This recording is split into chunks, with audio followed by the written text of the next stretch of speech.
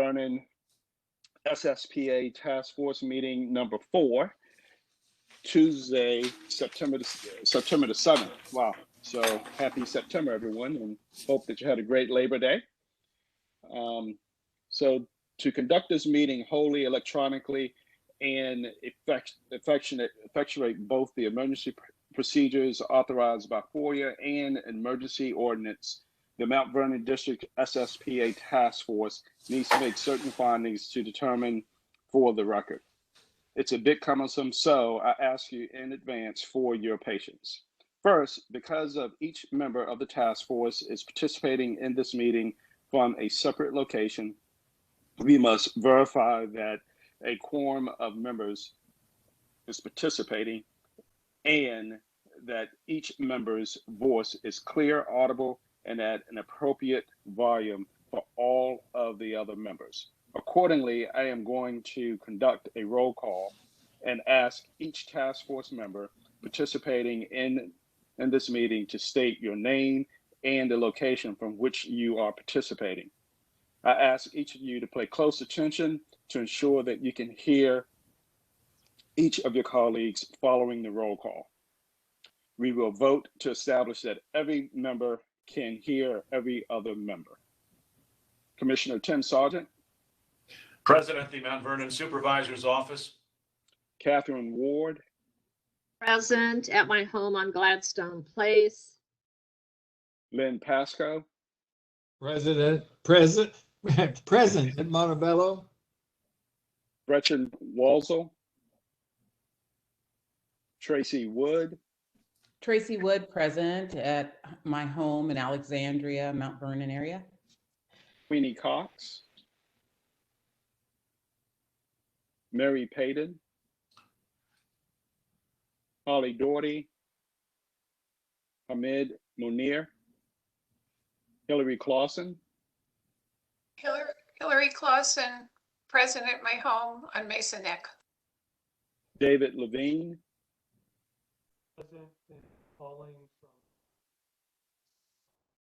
Thanks, Dave. We're going to need a little bit more volume, I believe, sir. Oh, okay. Evan Kaufman. Present in Richmond. Helen Young. Yes, present in Bellevue. And Walter Clark, present from Salvo, North Carolina. Mr. Chairman, Mr. Chairman, I believe Queenie Cox is here. She may not have heard you. Queenie, are you here? Okay. Queenie? No, I'm sorry. I was mistaken. Okay, no problem, sir. Thank you. But at this point, I will pass the virtual gavel over to our co-chairman, Mr. Tim Sargent, so that I be heard to make the requisite motion. I move that each member's voice may be adequately heard by each other member of the Mount Vernon District SSPA Task Force. Do I hear a second? Second, Tracy Wood. Who's from who? Tracy Wood. Thank you, Tracy. Okay. All in favor of the motion, please say aye. Aye. Aye. Aye. Anyone saying nay? Hearing none, the motion passes. And Thank you. Okay, good. Thank you, Mr. Chairman. So second, having established that each member's voice may be heard by every other member, we must next establish the nature of the emergency that compels these emergency procedures.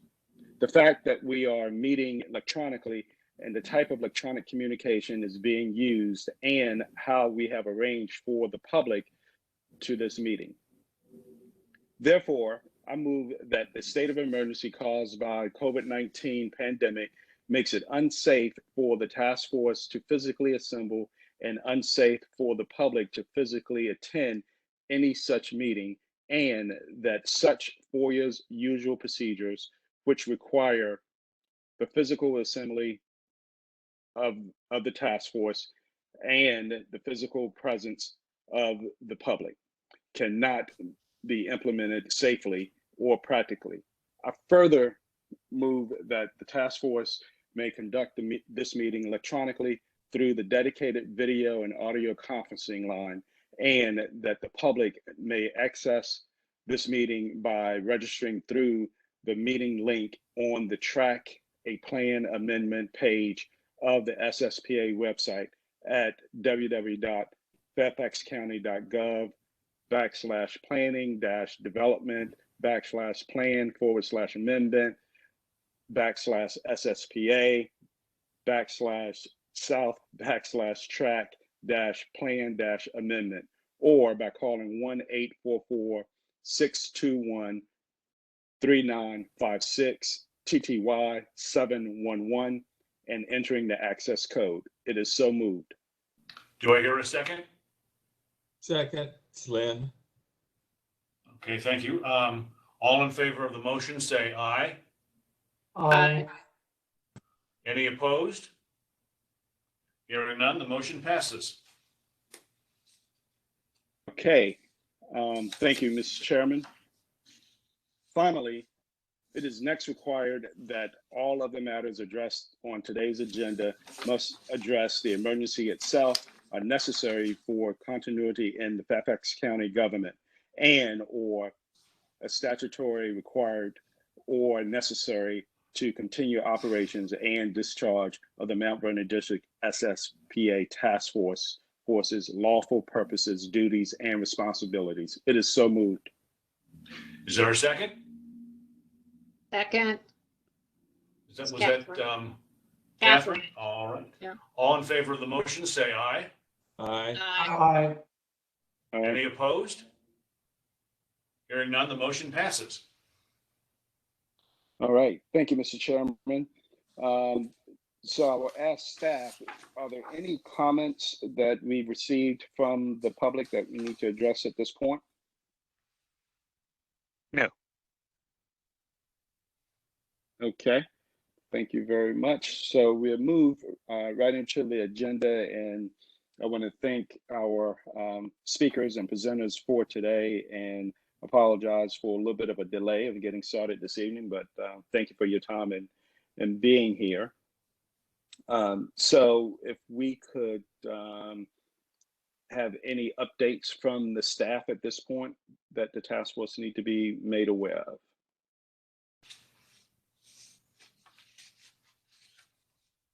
Commissioner Clark, this is Graham. I just wanted to mention, I just pulled up the agenda, but also before that, wanted to mention that Mary Payton has joined us. So I think she was Hey, Mary. able to get in. So, Aye. Great. Thank you. Aaron, do you want to describe the agenda and any changes that we might have? Sure. So tonight's agenda is going to be concerning the Mount Vernon Highway suburban neighborhood area between the Hybla Valley, Gum Springs, and South County Center community business centers, this plan amendment. And we have two separate presentations. The first one will be talking about existing conditions and the current plan and things of that nature on the site. And then the second presentation will be visualizing building form and density presentation, just to give you a taste of what could possibly be envisioned for the site in the future.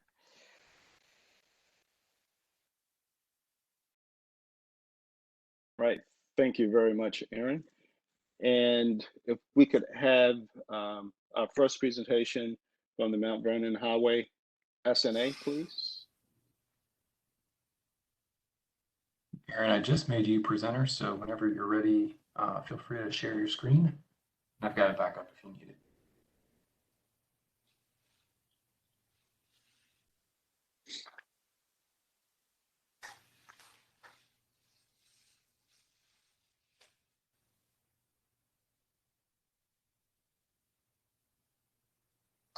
You're on mute, Aaron.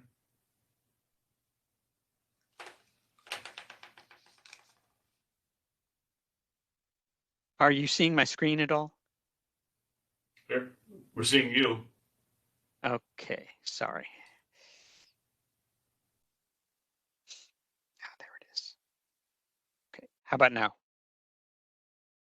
We still see you, Aaron. Yeah.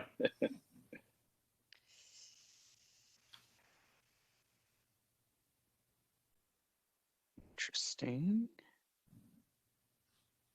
Almost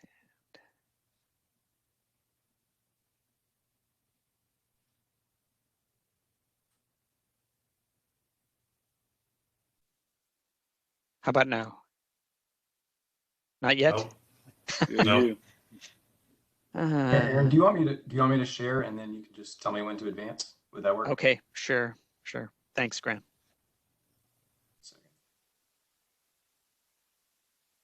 For whatever reason, WebEx did a deep update while we were on recess in August and messed with everything. So appreciate your patience.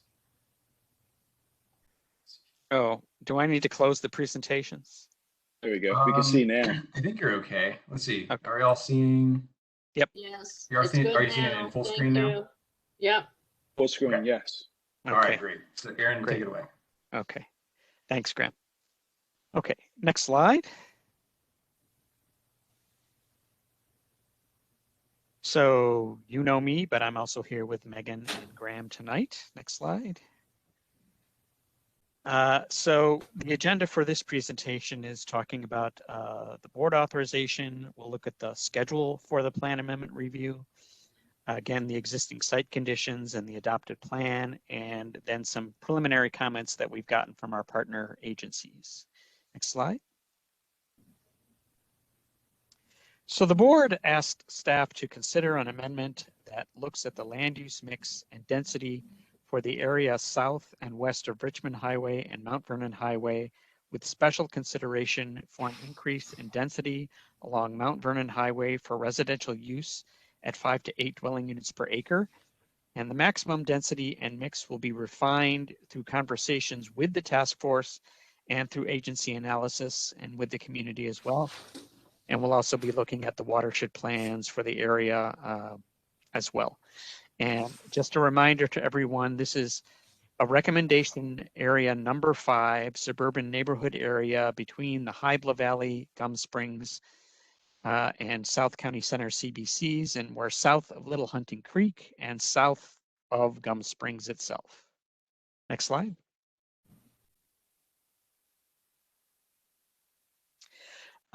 This map is just showing the subject area. So the green areas on this map are the suburban neighborhood areas, and the yellow areas are the community business centers. And to the north, you can also see the planned bus rapid transit station at Sherwood Hall Lane. And then the blue dotted line is showing the half-mile radius from that station. And the red area is, of course, the subject area. Next slide. So the schedule for the plan amendment review, the scope of work was developed in May and June of this year. And in July, we started the existing conditions analysis, started talking about hiring a consultant to do community engagement. And then tonight, of course, we're doing these two presentations that I mentioned at this task force meeting. And then we will be starting to develop the concept for the development and out and do more interagency analysis. And with the consultant, we'll be doing more intense community engagement and visioning in November. And then for the February task force meeting, I'm sorry, in March and May of 2022, I'm sorry, it's hard to see this. Okay, in the February task force meeting, we'll be going over a draft concept review and starting the impact analysis. And then in March and May of 2022, we'll finalize the concept and the task force recommendation. We'll have the staff report published, and we'll do more community engagement.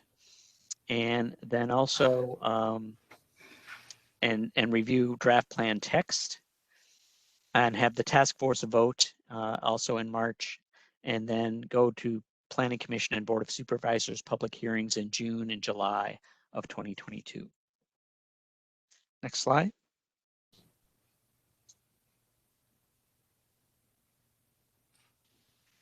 So the 17.7 acre study area shown in red is comprised of 23 parcels and is generally located south and west of its intersection with Richmond Highway and Mount Vernon Highway, and south of and west of Hunting Creek in the Mount Vernon district. The properties along Mount Vernon Highway have been zoned R2 and developed with a mix of single-family residential uses and some commercial properties, a gas station and a 7-Eleven, and the properties along Richmond Highway contain predominantly and are occupied by commercial uses or vacant land and are zoned C8. The area is planned within the Richmond Highway Corridor Suburban Neighborhood Area number 5, again between Hybla Valley, Gum Springs, and South County Center CBCs. Next slide. And let's go to the next slide. Okay, so I'm going to show you some views of the site. The first one, number 1 here in the upper left corner, is going southbound on Richmond Highway, and this is the intersection of Mount Vernon Highway and Richmond Highways, looking to the southeast. The second photo on the right is looking east from the west side of Richmond Highway towards commercial properties within the site. And then a little further north, again looking east from the west side of Richmond Highway, is the vacant parcel. And then number 4 here is again looking at commercial properties facing towards Richmond Highway. Next slide. Photo number 5 is looking south on Mount Vernon Highway, looking to the southwest. And photo number 6 is showing the gas station and 7-Eleven properties along Mount Vernon Highway, looking northwest. Photo number 7 is looking at residential uses along Mount Vernon Highway, looking northwest. And photo number 8 is looking at residential uses again on Mount Vernon Highway, looking northwest. Next slide. This slide is showing the contours on the site, and 2-foot elevation contours. Basically, there is a approximately 56-foot change in elevation from the north side to the south side of the site. Next slide.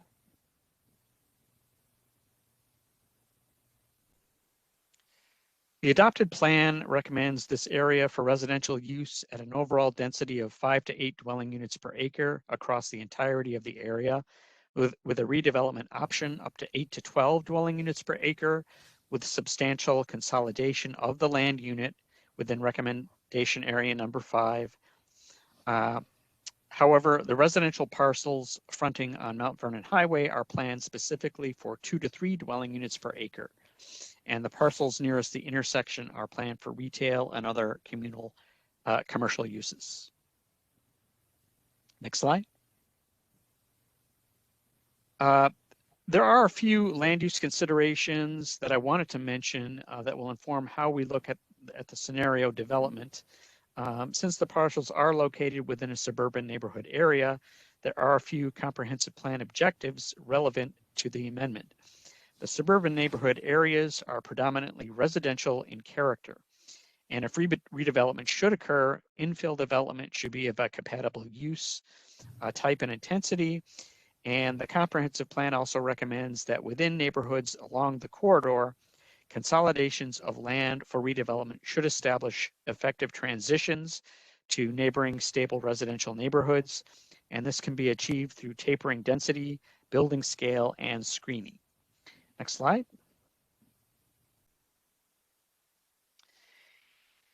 Further, the surrounding existing and planned uses will factor into the potential land uses and the design. To the north across Richmond Highway is currently vacant land and single-family detached homes, and the site is planned for the highest density in a suburban neighborhood along the corridor, the Richmond Highway corridor. Development density is planned for 20 to 30 dwelling units per acre with potential ground floor retail use. And a rezoning was approved in 2005, and there has also been a proper condition amendment submitted for this area. The Mount Vernon Gateway proposal includes 310 multifamily units and 122 single-family attached units at a density of 25.49 dwelling units per acre and 80,000 square feet of office use and retail use. The next presentation that we do for the task force will have an updated illustration of the approved plans for the proffer condition amendment. And to the west and the southwest are older small-scale commercial uses and residential homes planned for 8 to 12 dwelling units per acre. And across Mount Vernon Highway to the southeast are detached units planned for residential use at 2 to 3 dwelling units per acre.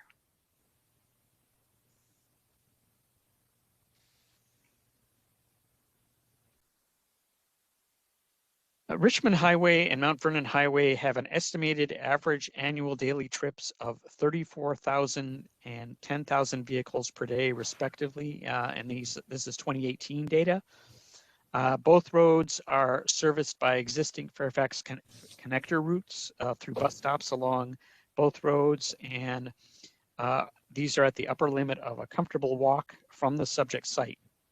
1,200 feet is the maximum distance that Fairfax Connector considers as the distance most people will walk for local bus service. And okay. Next slide.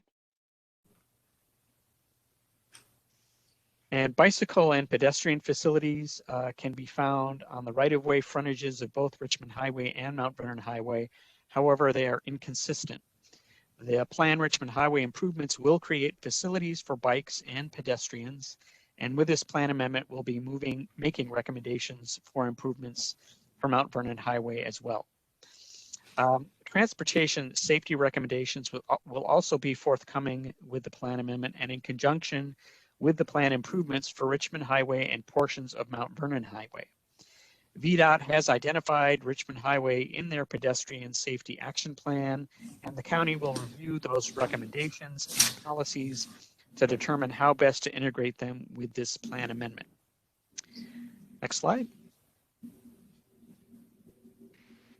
And the Richmond Highway improvements are planned to widen this section of the roadway from 4 vehicle travel lanes to 6 travel lanes for the inclusion of the bus rapid transit system in the median, and to modify the intersection of Mount Vernon Highway and Buckman Road. Planning staff is coordinating with FCDOT and VDOT project teams with this plan amendment.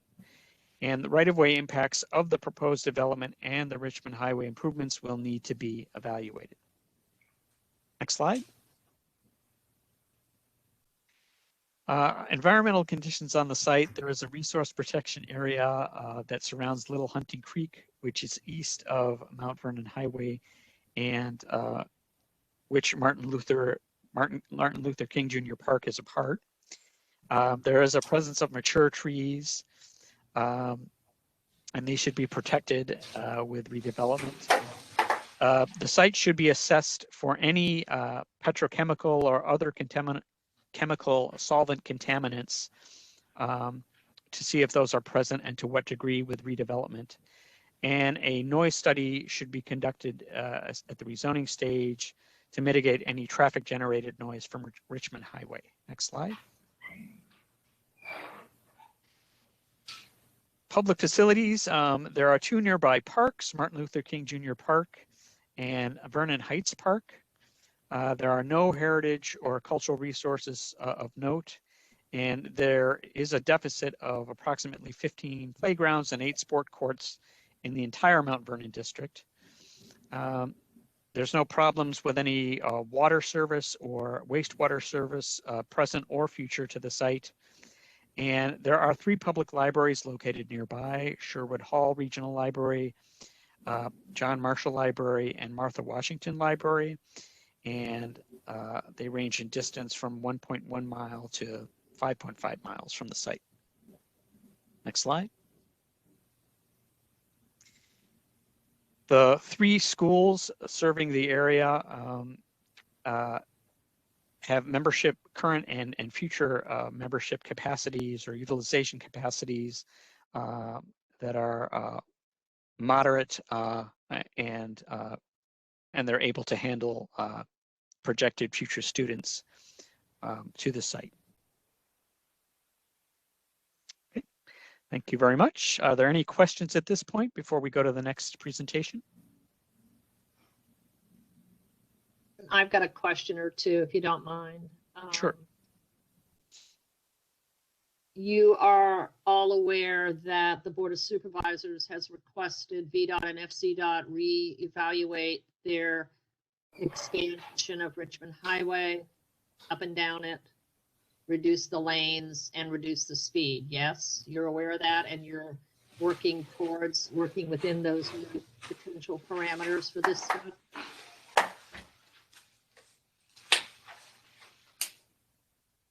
Are you asking me or? I am asking anybody, but you gave the presentation. So. I didn't know if you were asking the other task forces. Yes, we're aware of that. Okay, because I noticed some of the things you speak about is high speed and mitigation for sound and things of that sort. The intent, as we understand it, is to reduce the speed to 35 miles an hour, which of course Mount Vernon Council has supported in the past. And also that would then mitigate and reduce any need for sound barriers, et cetera, et cetera. So as long as you're playing nice with the rest of them, that's great. Thank you. And the only other question is, you did mention across the road at Buckman and what is it, the Elm Street property that's going to be developed in Lee District? Yes. Okay. Did I understand that that was going to get commercial as well as residential, or is it just straight residential apartments? Yes, there is some office and retail use planned for it as well. Is there? Okay. Okay. Thank you. Catherine, this is Megan, if I may add. So with the widening, that is impacting the ability for the commercial to be developed because of where the right-of-way lines are, and I'll just say for the recent proposal that's submitted for the new rezoning that's under review currently, that is fully residential. There is no commercial in that section, and that is the northern half on the Elm Street site. property you're on speaking. the Elm Street, correct. Yeah. Okay, Yeah. great. Thank you. Thanks, Megan. Mm-hmm.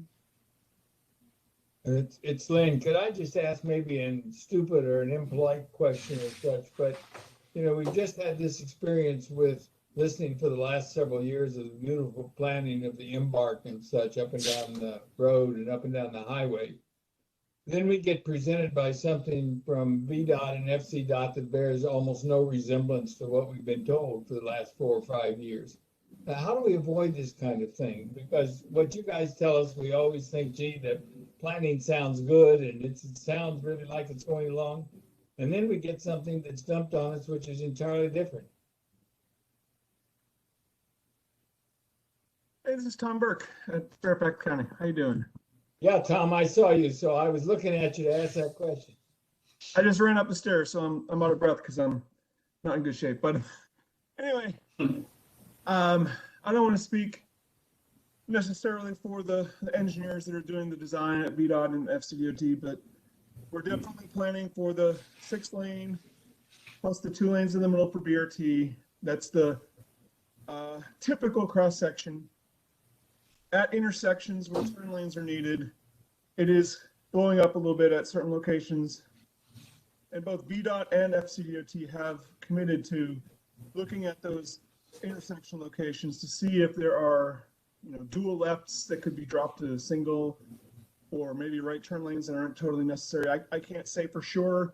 I think the last estimate I got was that they might have some answers later in the year, towards the end of the year. And we would certainly come back out to the public. I don't know if it would be through MVCCA or some means to alert the public, the results of our reassessment. But we definitely have heard from a number of communities from MVCCA that some of the intersections are blowing up a little bit too much. it really is just the 6+2. But then when you start to get at intersections, it's the right turn lanes, it's the dual lefts, it's, there's also in the center median, you've got like 15 feet on either side of the BRT for turn lanes. In some cases, it's unused, so it's just the wide open space. So we definitely understand. And we are making efforts to try to minimize some of those locations. But I don't have any answers for you right now as to where we might. Well, I guess my problem, Tom, is a general one. We get these beautiful comp plans and amendments to comp plans of what's going to be there. It, promises undergrounding of utilities. We've never heard anything from VDOT or FCDOT, which suggests they're planning for such a thing. It promises pedestrian friendly and CBCs that you can get back and forth to. And suddenly at the corner where you're supposed to get on the bus, you now have twice as many lanes than we get shown, or almost. So I must say, when it gets dumped on us, as we've seen it, yes, we've seen million pictures of the 6+2 lanes, but we haven't seen very many until the last 3 weeks about 13 lanes, 11 lanes, and all of that. So the undergrounding, I believe there's comp plan language that says when redevelopment occurs, the property owners and developers would be encouraged to underground. I don't think there's. Sorry, Tom, but that's not what it says. That's not what it says. Megan or Aaron, someone from DPD. If you want me to pull it out, I'll put it. Stuff should be underground, and in the area that's not in the embark plan, then the developers should be encouraged to do it. It's pretty clear. It was my impression that it was redevelopment would be encouraged to underground. I didn't think. I'm not going to say for sure. Maybe. I didn't think it said that we would retroactively go in and underground everything. Tom Bashadny, every time he's been asked that, has said, we continue to look into it.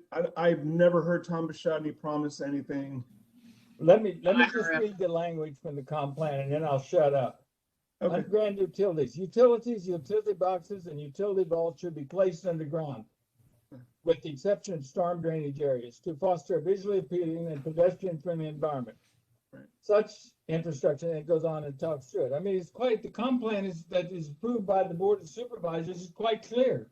And I just don't understand why it's never talked about or seen. And the comp plan guides development. So as development occurs, redevelopment occurs, that guidance should be followed.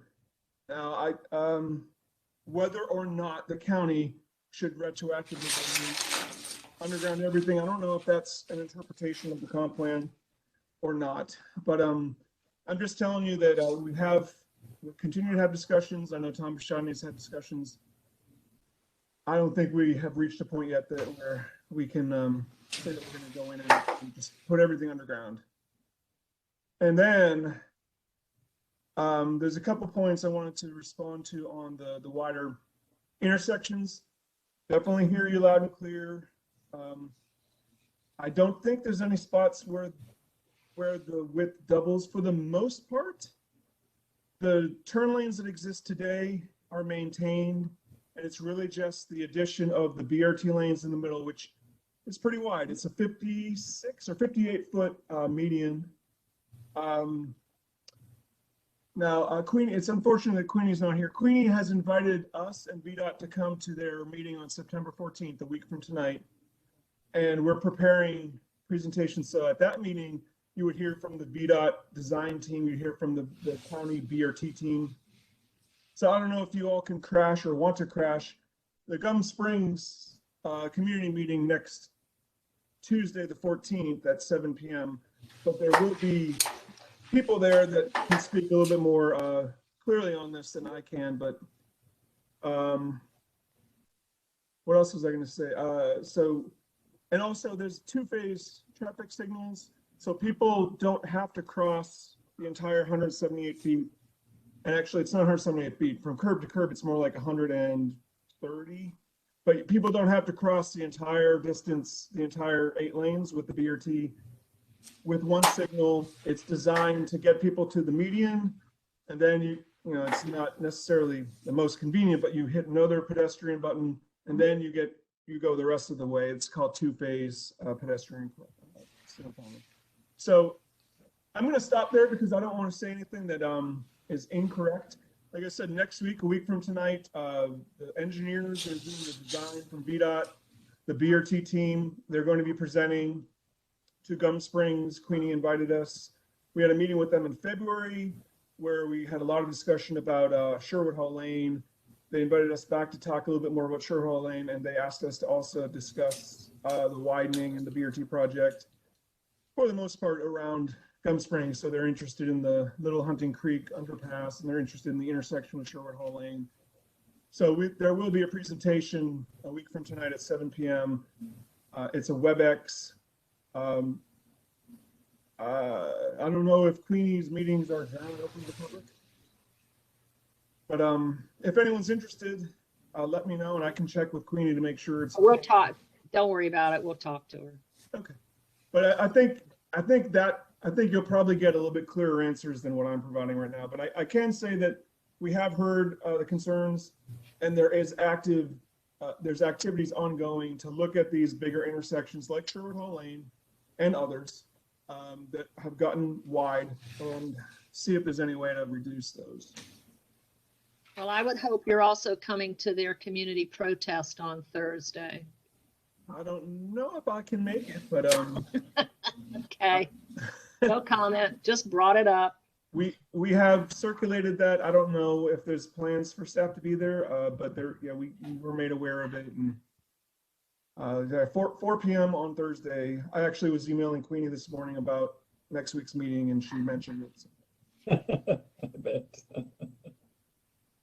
So that may not have given you all the answers that you want, but maybe that's a good prelude to next week where you might get some more detailed answers.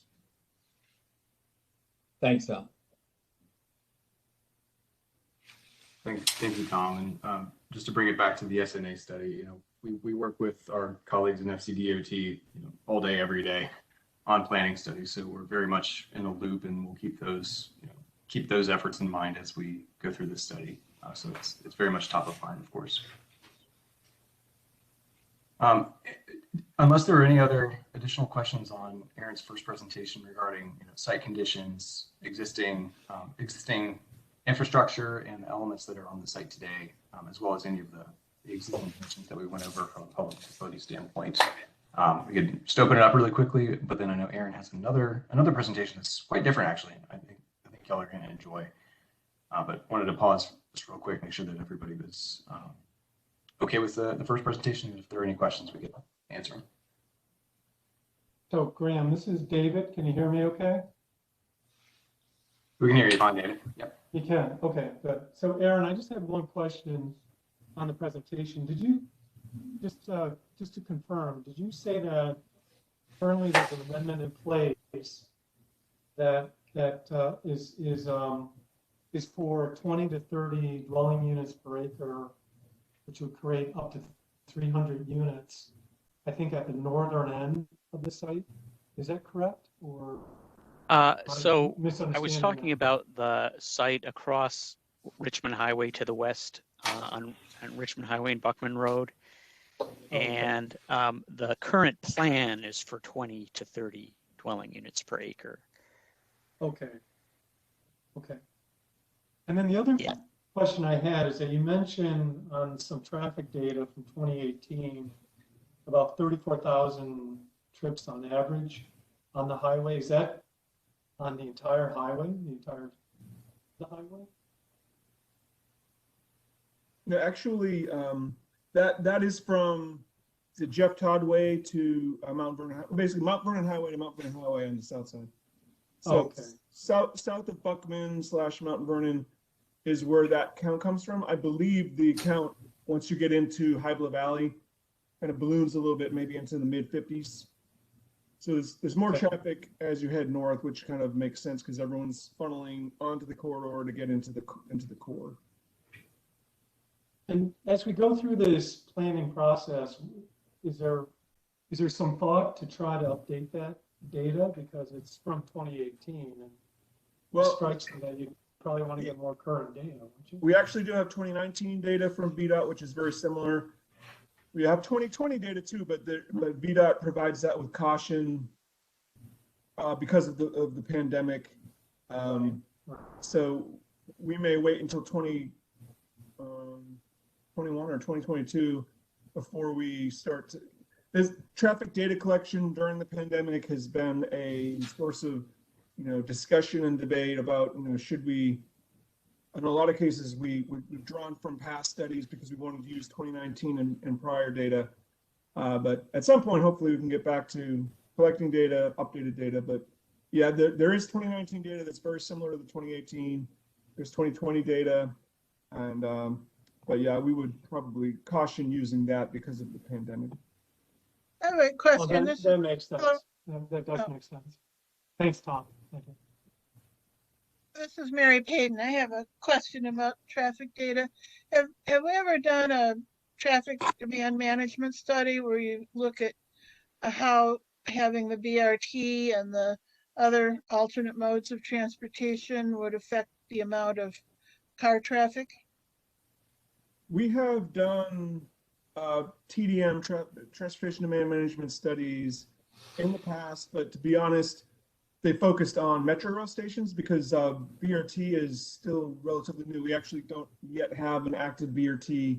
So the studies were around metro stations, and we have trip reductions. Like if you're within a quarter mile of some of the Tyson's metro rail stations, you'd be expected to only generate about 55% of what the Institute of Transportation Engineers would otherwise suggest. The national data says X, but you're so close to the metro rail station, we chop 45% off and expect, and then we do monitoring to make sure that they're actually achieving that. It's either yearly or every other year. Most of these sites have to do monitoring reports with driveway counts to make sure that that they're hitting on their TDM goals. If they don't hit on their TDM goals, we have staff that works with them. They're not penalties, they're more like ratings.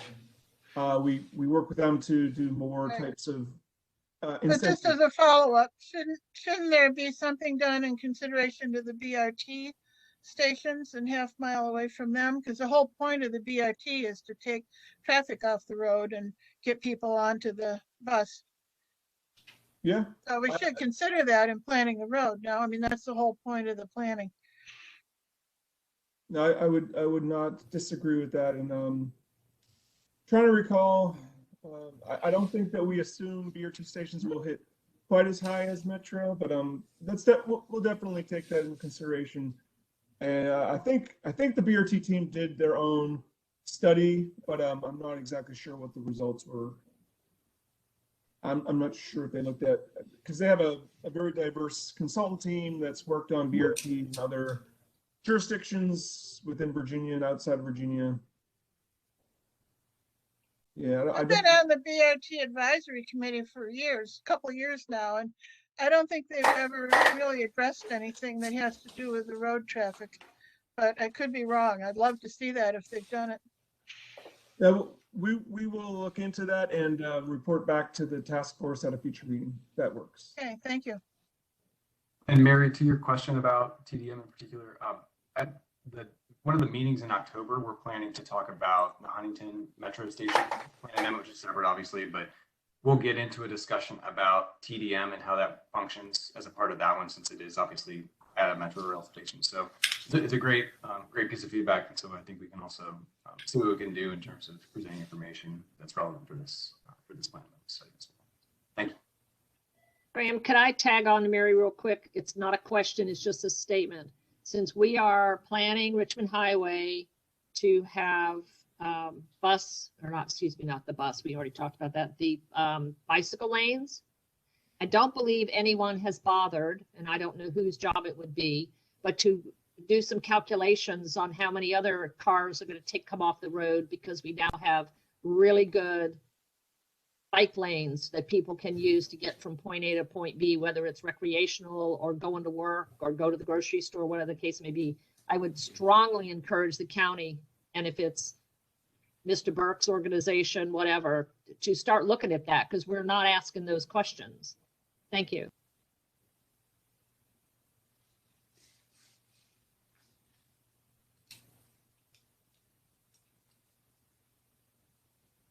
Thank you for that, Catherine. Absolutely. So I think when we come back and talk more about transportation that's associated with the study, we can bring up boat split as well and take a look at those calculations for sure. Right. Any other comments on the first presentation? All right, Aaron, I'm gonna, unless there's anything else, I'm gonna try to see if I can let you share again and make you the presenter. And if you run into an issue again, I've got the other one. Okay. So just let me know. Okay, can anyone see that? Yes, Yes. Yes, we can. yes. Hallelujah. All right. Second here.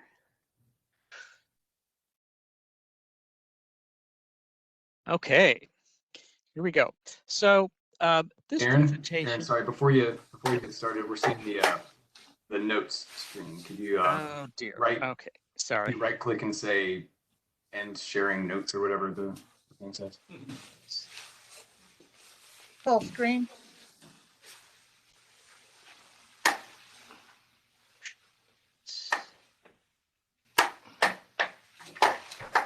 Hold on. So what you can do, Aaron, right click just anywhere in the screen. Yeah, and then hide presenter view. Should do it. Perfect. Okay, did that work? Yeah. Good. Great. Okay.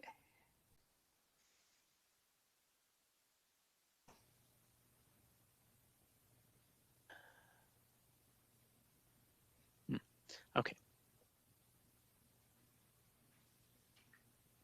Okay, so first I'm going to just go over some general terms, planning terms for density and intensity that we use, and that I'm sure you're all familiar with, but that's just some review. And then we'll go through some different examples of different densities, but also building. But we also want to emphasize more building form and design, and how different developments, how different residential developments relate to the surrounding neighborhoods, and relate to the street and things of that nature. So I'll just start out here. So of course, the terms that we use a lot are density and intensity, and this is about how much development there is on a site. For residential use, we're talking about density. This is dwelling units per acre, and these illustrations here are just showing some common density levels. And this would be density levels on a 1 acre parcel, different density levels on a 1 acre parcel. And then for non-residential use, the term is intensity, which is measured in floor area ratio, which is the size of the building divided by the size of the land area that it sits on. And this illustration is just showing a 1.0 FAR with a 100,000 square foot building on 100,000 square feet of land. And this is laid out in different configurations. As you can see, it can be a mid or higher rise building, or it could be a completely one-story building. So this table is showing just some of the ranges, and these are all going to be examples along from Richmond Highway, the Richmond Highway corridor in the Mount Vernon district. So for lower single-family detached densities, going through townhomes to some mid-rise multifamily. And then finally on the bottom line here, these are examples of medium to higher density developments, which you would actually see in the community business centers, not in the suburban neighborhood areas like we are dealing with for this case, but we wanted to put this in here for reference.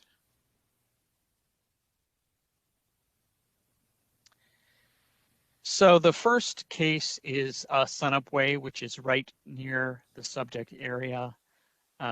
This is the subject area here.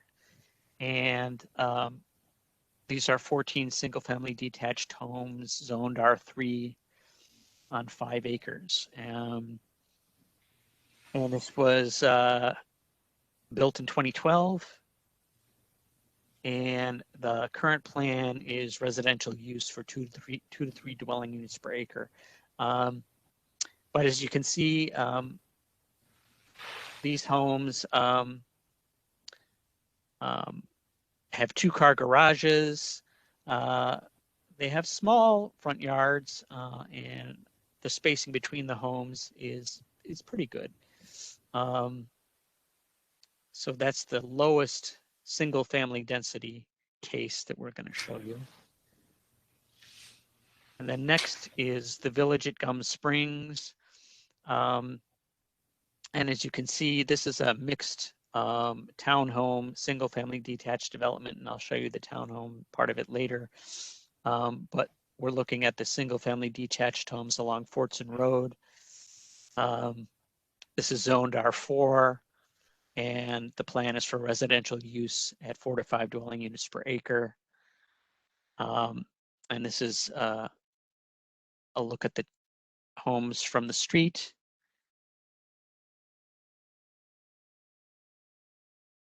Okay, oops, sorry about that.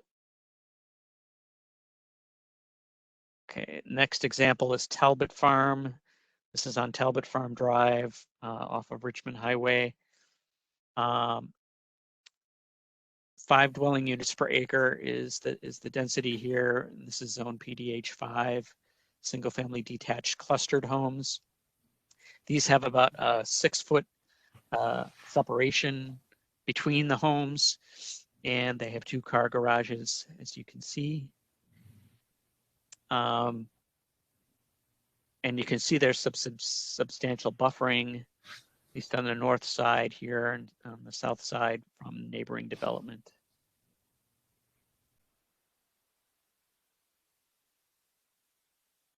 And this is Vernon Heights. Again, these are large single family homes that are very close to each other. Again, about 6 feet separation between them. This is zone PDH 8, and the density here is about 6.1 dwelling units per acre. I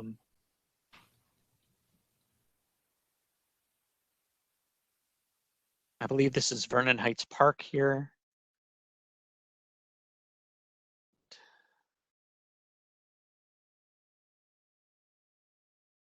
And then this is Mount Zephyr Commons, 7.6 dwelling units per acre. Again, single family homes, large single family homes with minimal spacing between them. Zone PDH 8. And the plan is for residential use at 5 to 8 dwelling units per acre. And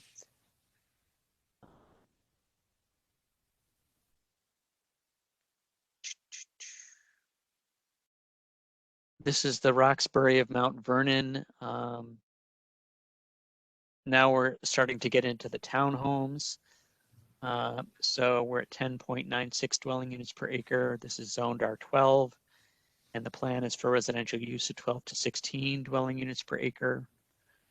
These are a little older.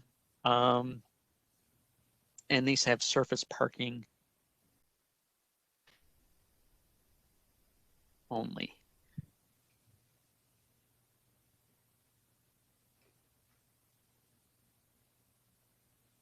This is the parkside at Mount Vernon.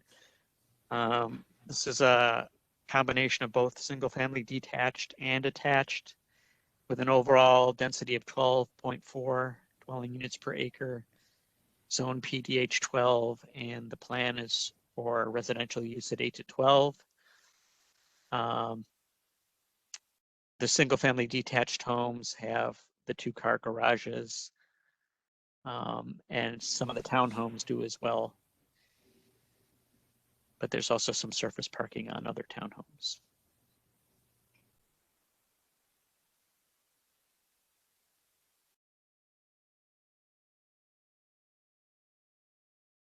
And Skyview Park, again, a combination of single family detached and attached homes, 13 dwelling units per acre, zone PDH 16.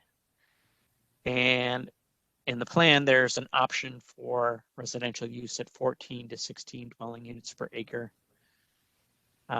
Two different kinds of townhomes, 2/2s and traditional townhomes, and combination of surface parking and garages. And again, pretty minimal spacing between the homes.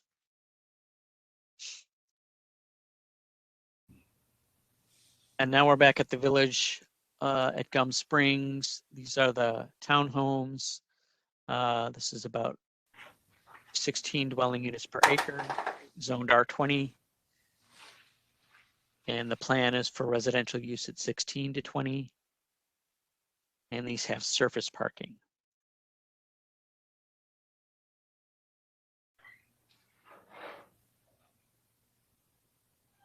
And here's the planned North Hill development, combination of multifamily and single family attached homes with a density of almost 21 dwelling units per acre. Zone PDH 20. And you can see what the plan is here. This will include an 11-acre park. And the multifamily is low-rise multifamily.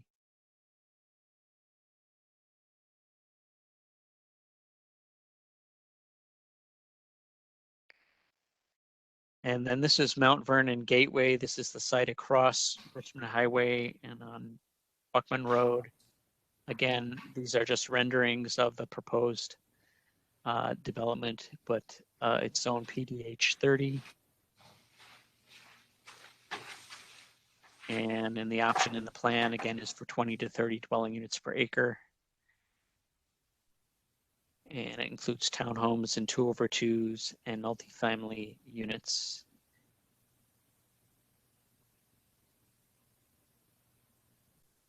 And then just for reference, this is Belvoir Square further down Richmond Highway near Fort Belvoir, of course. And this does have some retail use with it, but the density is quite a bit higher than what we've seen so far. This is zone PRM. And the land use recommendation is for mixed use with an option for 30 to 40 dwelling units per acre. And this is mid-rise multifamily at 5 stories with a parking structure. And then of course the Shelby at North Kings Highway, Richmond Highway. This is mid-rise multifamily, 72 dwelling units per acre. Again, this is another example of what you'd see in a TBC, not in a suburban neighborhood area, just for reference. So this is just to get you starting to think about different types of residential densities and building forms that could be envisioned for the site. But then we will have we will have visioning exercises with the consultant to refine this, of course, and come up with alternatives and with all of you as well. So, questions? Yeah, I have one. When you show the parks beside them, do they affect at all the dwelling units per acre? I mean, how do you only talk about what they have, buildings on, or if you had a big park, does that immediately lower you greatly? Well, the only case that had a park included with it was North Hill. Yeah, but even the one down by Fort Belvoir, you showed enclosed a section of woods out behind it, and I just wondered. Oh, this area here. Yeah, that little jag there. I mean, is that all counted out there, or is not? I believe it is. Okay, so that would essentially lower the actual size of the building, the overall dwelling units per acre, quite a bit then. Right. Yeah, it would be higher if that wasn't included. Yeah, okay, thank you. This is Catherine. If no one else has another question, I've got several, but I can wait. Okay, hearing none.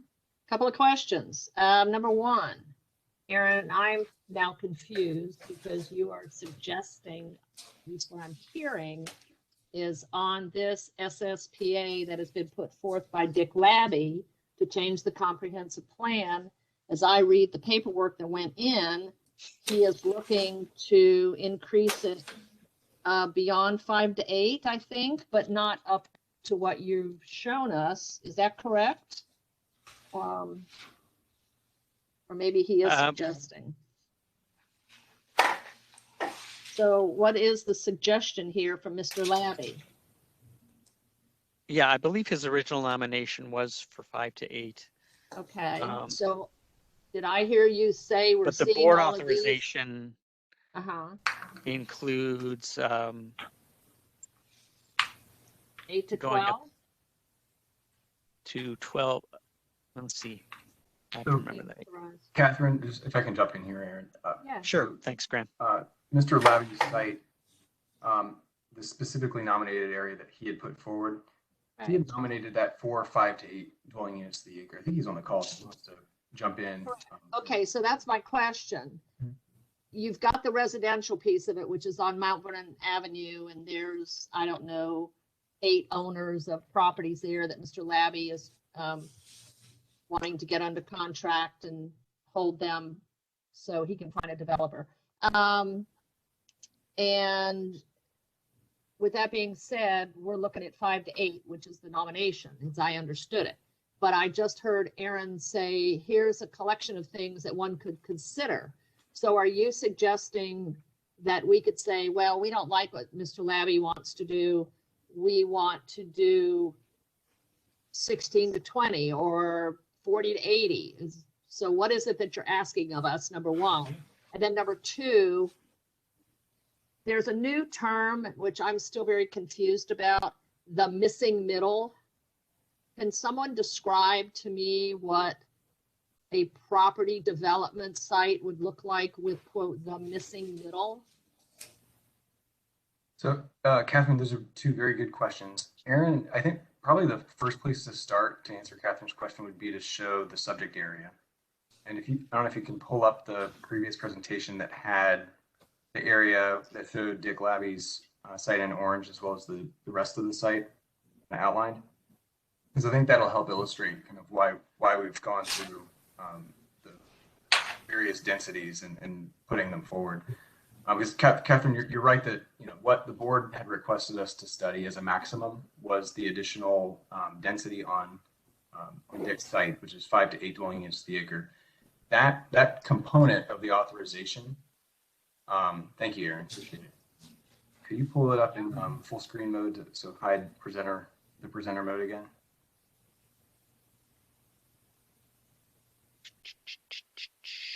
So it's the if you right click, yeah, and then yeah, exactly, and then hide presenter view.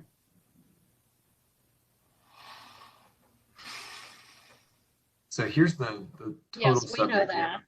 Okay, and so what Dick Labby had put forward was increasing the comp plan potential in the range from 2 to 3 to 5 to 8. Right. So that's included in the authorization as something that the board wanted us to study as a maximum. Right. The thing that we are also looking at is the balance of the site. So looking at the areas that are outside that area in orange, but are still outlined in the white. And what we don't have from the board's authorization is a specific density to study for the balance. So that coupled with Mr. Labby's nomination, that's why we're kind of going through this exercise of saying, what should this area look like? What are the types of, what's the character of development? What's the design?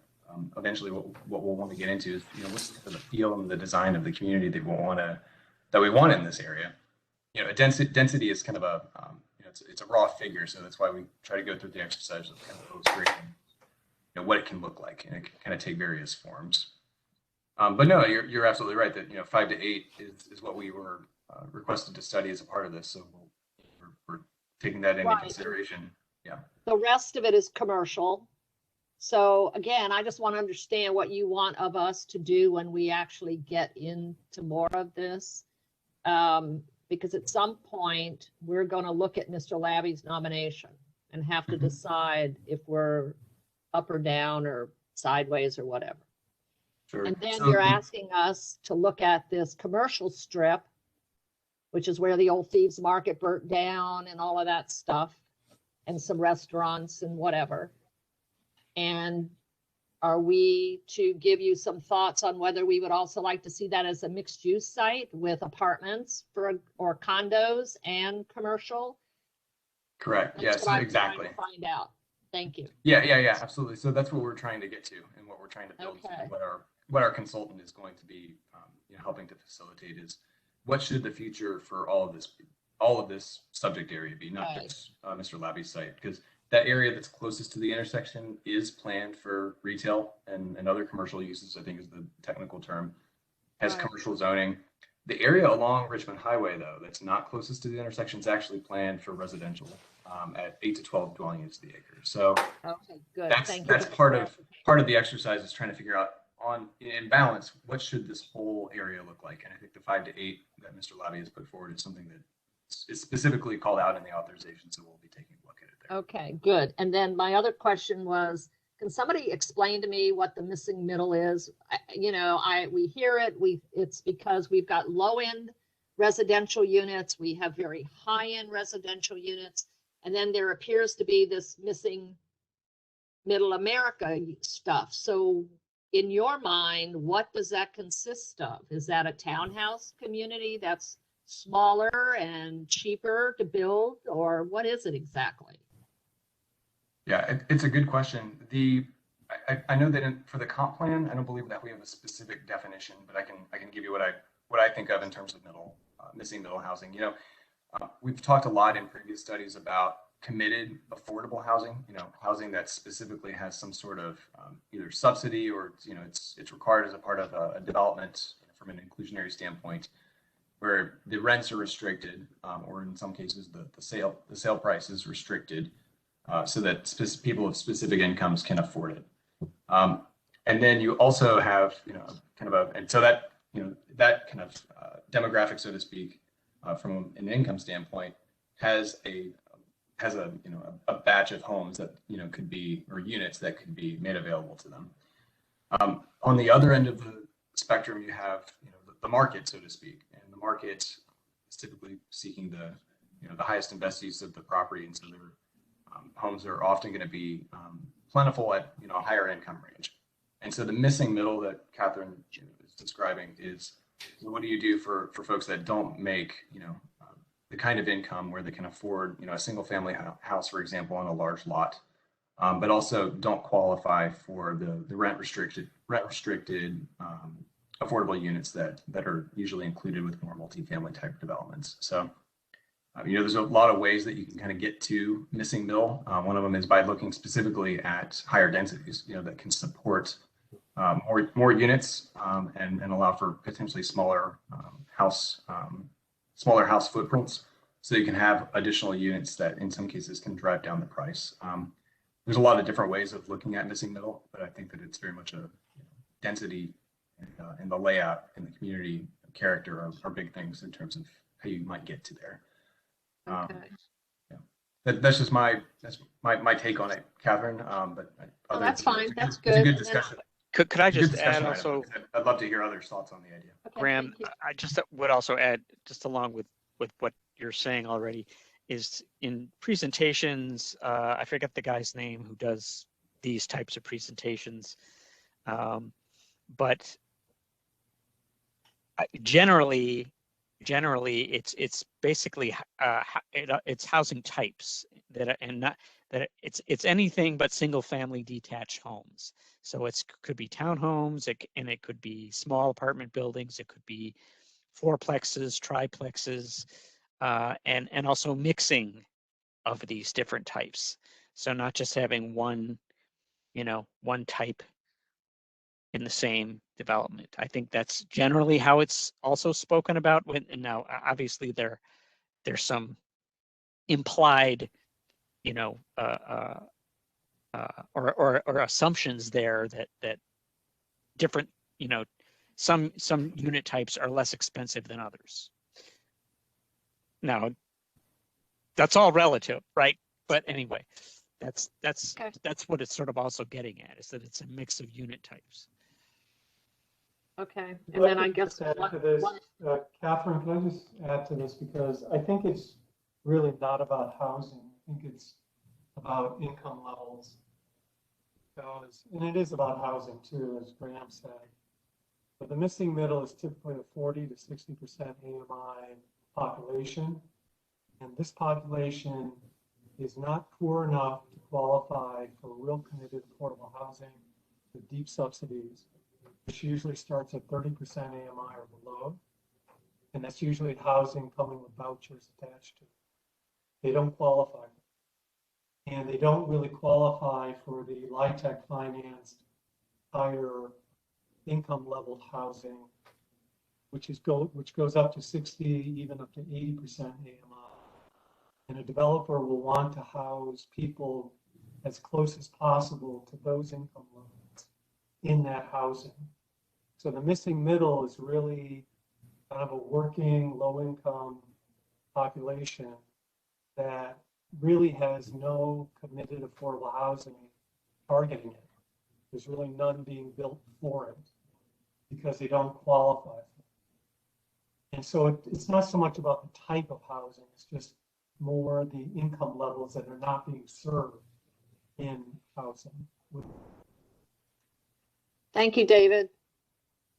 I guess the only other question I have is, since plan that was put forward by Mr. Labby is for these residential units that are single family homes right now, there are people who live in them, and at some point somebody wants to buy them and redevelop this as a cluster, if you will. And I use cluster vaguely. And you're telling me, just to clarify, that you want us to speak to what happens to these as well as what happens to what's up on Richmond Highway? And if that's the case, then why don't we have a different nomination in here from somebody else or from the county staff?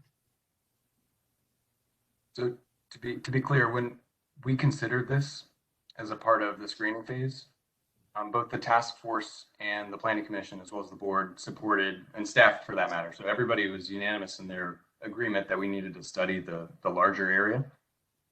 We did, but I was under the impression it was a lot, the other end was commercial and not residential, that's all. Yeah, it's commercially developed right now, of course, but it's not planned, in the future. There's a specific reason for looking at this among, beyond just having it be kind of a neat alignment with the existing plan geography, which is just one thing. But I think the important thing that we had described during the screening phase is that if you look just at Mr. Labby's collection of sites here that's in orange, because of the way that the comp plan is written today, if you just increased the density level in the orange, it would actually take units, planned units, from elsewhere within the bold white area. So the rest of the recommendation area number 5, it would harvest, as we say, those planned units, which are in areas that are planned for higher density. And that they're at that expense, add them to this area. Okay, so well, I that's guess one of the reasons for looking at the total areas, so that you don't have a planning issue down the line should there be a development proposal that comes down the line for either the corner or along Richmond Highway. Yeah, well, we're also going to have to do it, I believe, in phases. And if there needs to be language in the comp plan that says this will be phased, that has to happen, because you've got people living in these units that are residential that want to sell. The commercial side of the world that's living in there, the commercial industry, most of these people don't want to do squat. So we can't hold these citizens that want to sell their homes hostage to a bigger plan and put language in it that says substantially consolidated and things of that nature. So that's the point I want to make. Thank you. I won't say anything else. And I have one question. Isn't around some of the other BRT, I think that northern point of that is within the half mile of the BRT station, correct? And that's with a very higher density, like up to 30 or more dwelling units per acre. And isn't the comp plan in some parts along here to consolidate large parcels that can be up to 20 dwelling units per acre that are just outside of that half mile circle? So Mary, you're correct that and maybe Aaron, I don't know if you can flip over to that slide that showed the BRT influence area, but you're correct. Thank you, Aaron.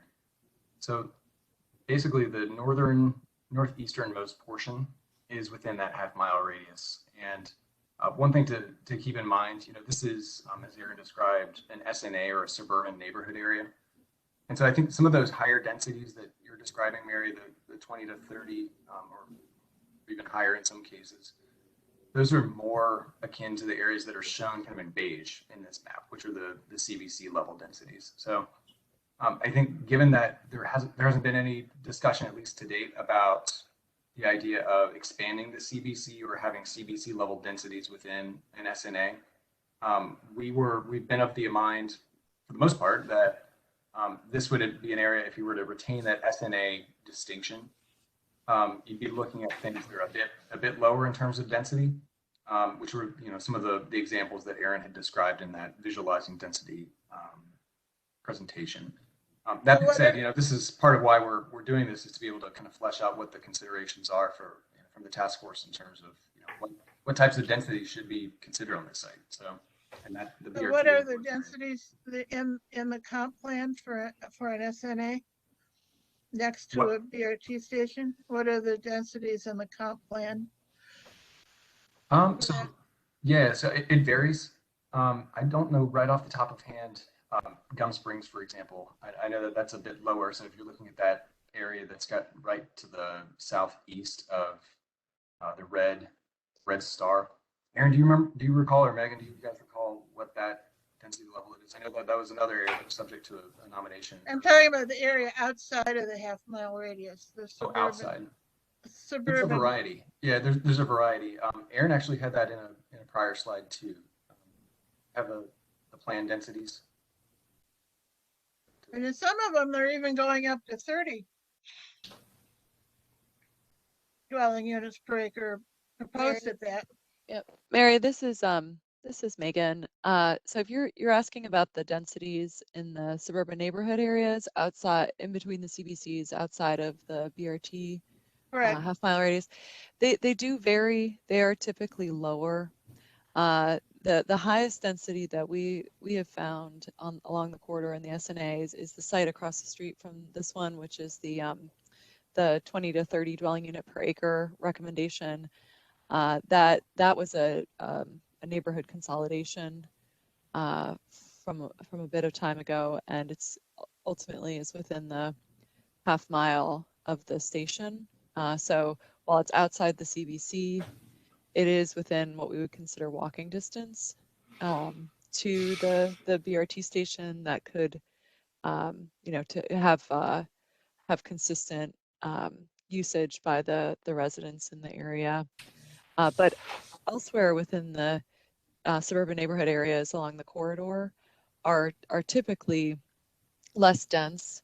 There are recommendations for garden apartments, many garden apartments for 16 to 20 dwelling units per acre, or many of the examples that Aaron showed more recently developed were townhouses, upwards of 8, 10, 12 dwelling units per acre.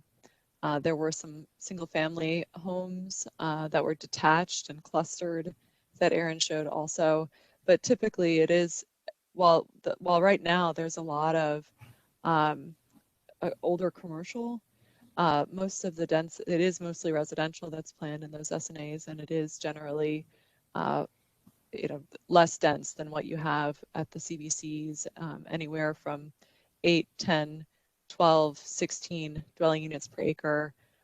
North Hill, I think we found, was upwards of 20 dwelling units per acre. That's right at the Lockheed station in an SNA just outside the CBC, and then we have the Mount Vernon Gateway at 30 dwelling units per acre.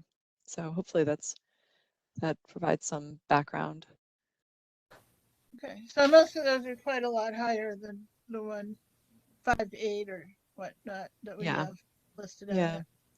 Yeah, and the 8 to 12, that's in the frontage of Richmond Highway. So we do have an opportunity to look at higher density, and that would be consistent with what we're seeing along the corridor, especially if we're talking about an area that's within the half mile of the Sherwood Hall Lane BRT station.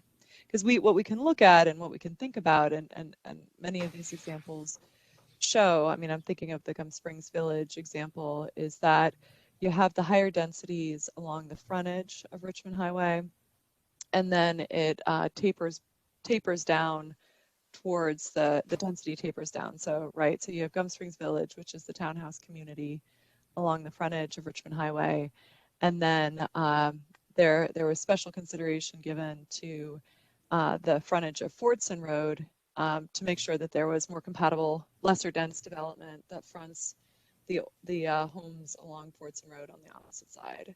So, we have an opportunity. This is a pretty deep development. The distance between Richmond Highway and Fordson Road is more than we have with Mount Vernon Highway and Richmond Highway on the subject site.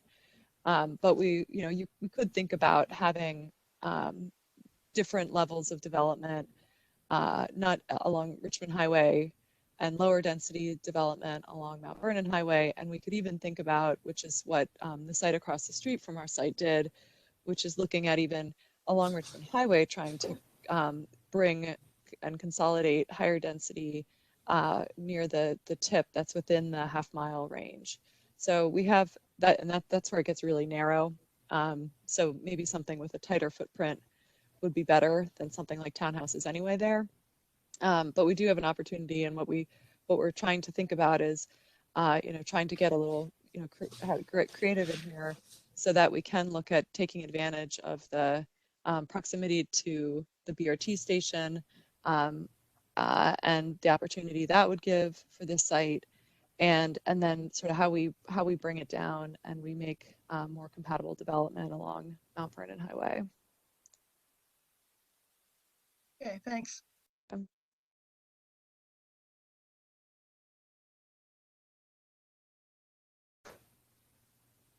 Any other comments from the task force or questions?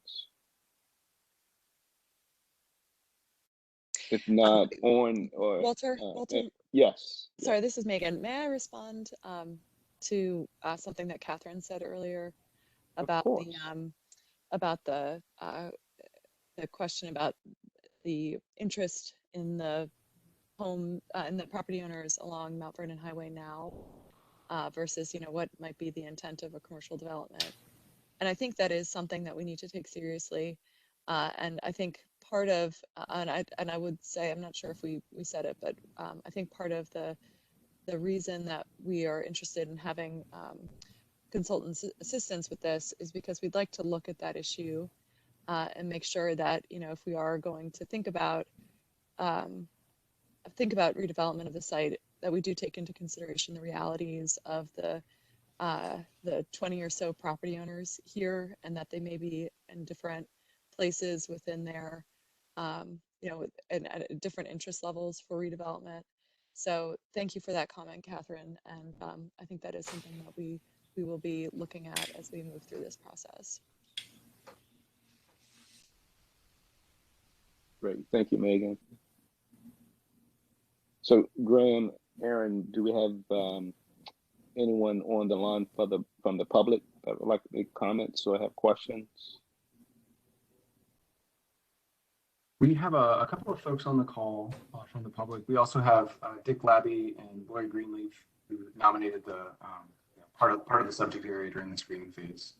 And then we have a couple of folks. I think some of the neighbors that are either at the site or immediately adjacent in the nearby area. So if anybody from the public, including Dick and Lori in that description, if anybody would like to speak, just you can let us know by raising your hand in the participants panel. So if you're not familiar with WebEx, just click on the participants button in the bottom right-hand corner, and then you'll see a list of names. And at the bottom of the list of names, you'll see a little hand, and so just raise that, click that button if you'd like to say something, and that's how we know to call on you. And you can feel free to say something.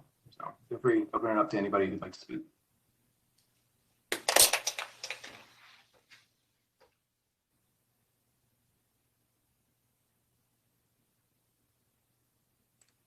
All right, Lori, go ahead. Yes, good evening. I just wanted to thank you all for your time tonight. Thank Aaron for that description of density. That was really good. And I just wanted to be really brief and kind of reiterate what others have said tonight, that Dick's intent with his nomination is to create sort of a small lot single development. Whether it hits that missing middle, I mean, that was kind of the intent. Smaller homes, and that's what I think it was Graham might have said, that's what a higher density will get you. A 5 to 8 density will get you smaller homes on smaller lots, and they would be, either a move down type situation, an empty nester type situation, or a first time home buyer kind of situation. So, Dick, I don't know if you want to add anything to that, but that's been the intent all along, at least for the properties that he was trying to redevelop.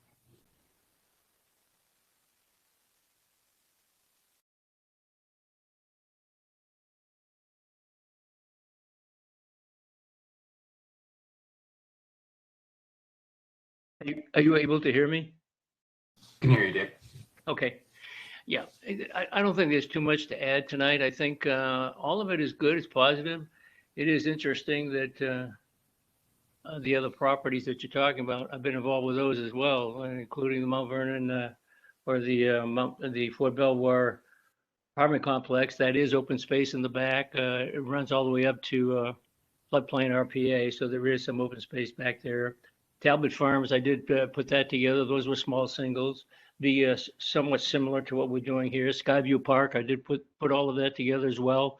In fact, we just did a rezoning there to pick up the last 2 parcels, called it the Blevins addition to Skyview Park. And that's a very interesting project, because we initially looked at those towns. There were only 11 towns at somewhere around high 4s, low 5s, and lo and behold, you put them on the market and they all sold for 600. So a lot of times it's, okay, what is affordability?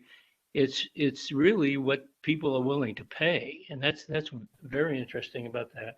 We also did the Centex project at Vernon Heights, and that was a combination of towns and singles. This would not be a combination. This would be strictly small singles that are attracted to the first-time buyers, all the way up to empty nesters, particularly empty nesters who want to get a smaller home.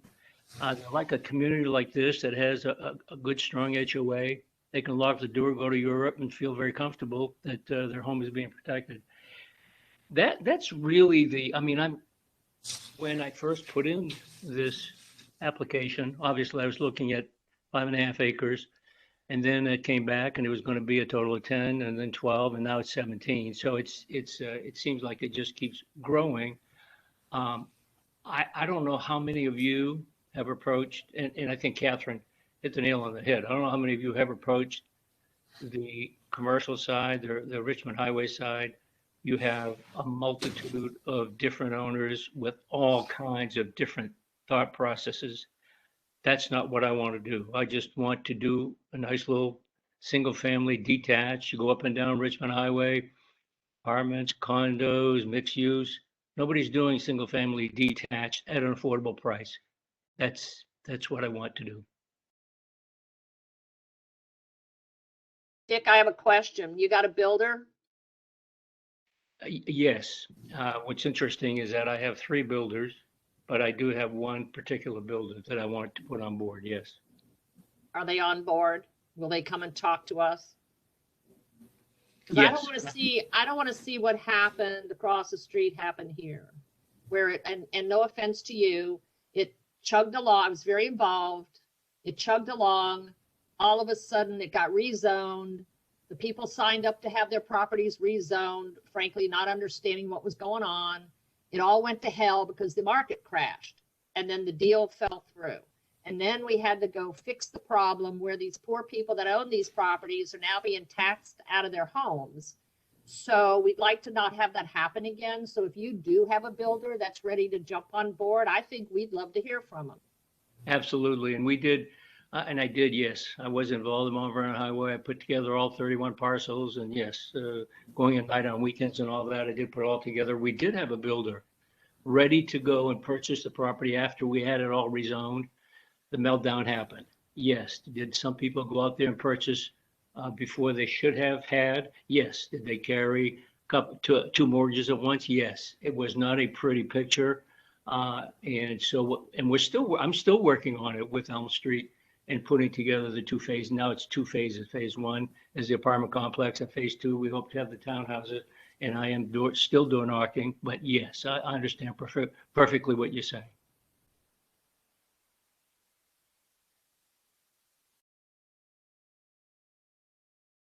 Thank you, Dick. Anyone else? We still have a few more minutes.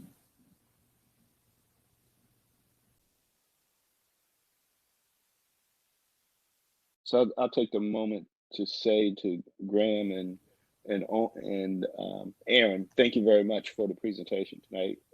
Very, very interesting and great information that you shared with us. And we appreciate that, Aaron, and we appreciate the different sites and the different levels of density and intensity that you showed, and using real live development along Richmond Highway and not stock photos. So it shows that you put in a lot of time and effort, and we really appreciate that. The kudos go to Aaron and Megan exclusively. One thing, thank you for that, Commissioner Clark. One thing we can do, I know there's a lot of examples and a lot of varying densities that we showed. So sometimes it takes a second to process everything. So well, as we do with all of our materials, we'll put them up on the website. Feel free to take a look at them as we go into the next phase, where we have a consultant coming on board to help put this thing together, not just from an engagement standpoint, but also from a design standpoint. So we'll send out a link so that you can take a look at it. Yeah, thank you, Graham. And I want to thank Tom Burke. Thank you for being here tonight as well, and being able to share with us. Thank you so much. And always, Megan, we know that you're driving the train, so we appreciate you.